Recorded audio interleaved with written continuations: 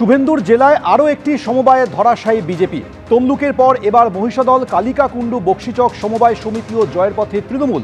অধিকাংশ আসনেই প্রার্থী দিতে পারল না বিজেপি। ৪২টি আসনের মধ্যে মাত্র ৩টি আসনে প্রার্থী দিল পদ্ম শিবির। নজরে এবার কাঁথি সমবায় ব্যাংকের নির্বাচন। কেন্দ্রীয় বাহিনী দিয়ে কাঁথি সমবায় ব্যাংকের নির্বাচনের নির্দেশ দিয়েছে সুপ্রিম কোর্ট। সামনে যেহেতু রবিবার অর্থাৎ এই 15 তারিখ আমাদের কন্টাই কোঅপারেটিভ ব্যাংকের নির্বাচন আছে, সেই নির্বাচনের দিকটাই আমাদের পাখির চোখ এবং সাথে সাথে আমাদের সর্বভারতীয় ক্ষেত্রে যে সদস্যতা অভিযান তারও ডেডলাইন অর্থাৎ একদম শেষ তারিখ 15ই ডিসেম্বর বেঁধে দেওয়া আছে। তো যে কারণে সভাপতি কর্মীরা আমরা তাকে নিয়েই ব্যস্ত আছি।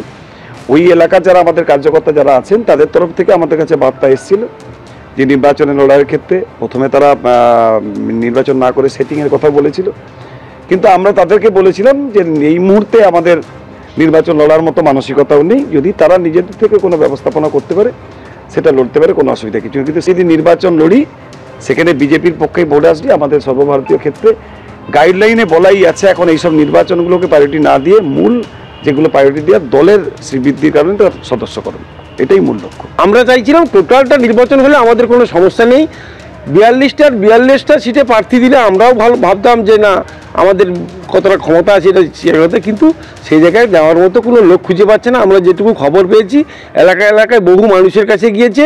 এই সমবায় সমিতি যেভাবে কাজ করে, এই সমবায় সমিতি যেভাবে মানুষের পাশে থাকে, সেই জায়গায় দাঁড়িয়ে এই এলাকার যারা বিশিষ্ট মানুষ আছে তারা নির্বাচনে দাঁড়াতে চাইছে না।